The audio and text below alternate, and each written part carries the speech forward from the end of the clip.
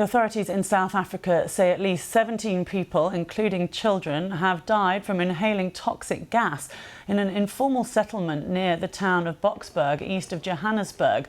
The emergency services say that they believe that the nitrate, which leaked from a gas cylinder stored in a yard in the squatter camp, is linked to illegal gold mining in the area. The Gauteng provincial chairman of the Economic Freedom Fighters Party, Nkoleko Dunga, has been speaking to reporters at the scene.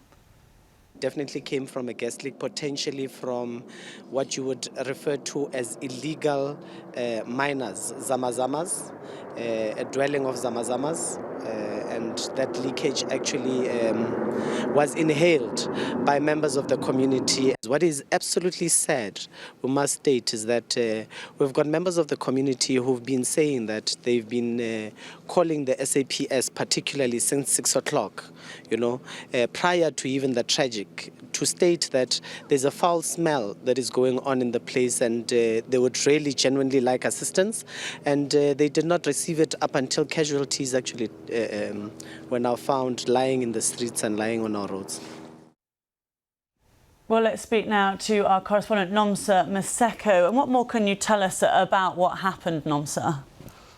Well, from what we have gathered so far is that there was a foul smell at the Angelo informal settlement at around 6 p.m. last night, and people started suspecting that there could possibly a gas leak because that informal settlement, some of the yards or shacks that are there are rented by illegal gold miners who are known here as zamas.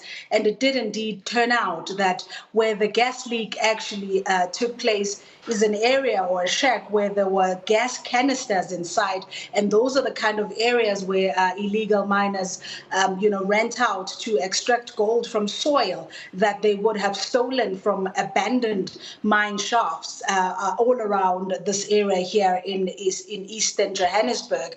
But chaos then started when members of the community went to the shack where they had seen that there was a smell coming from it, and that is when people started collapsing, and officials so far are saying that 17 people have died, 15 others are still in hospital, and 3 of those that are in hospital remain in a critical condition at this stage. And as we were just hearing from the politician we just played a little bit of just then, saying that people complaining that they didn't get a quick enough response when they reported that foul smell.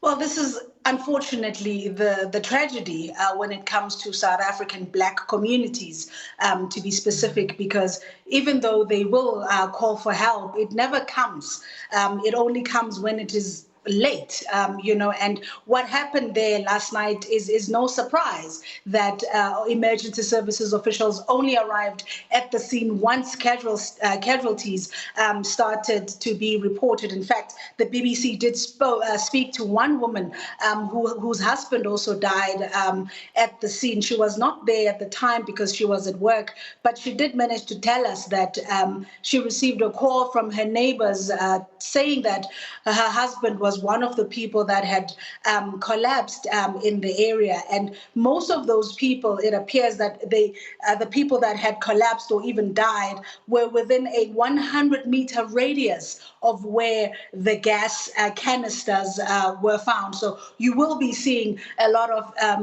politicians and officials all over the place yesterday when, in fact today, when none of them were there to even help or even ensure that this situation gets the necessary attention it deserves. Thanks very much for that, Nomsa Maseko reporting.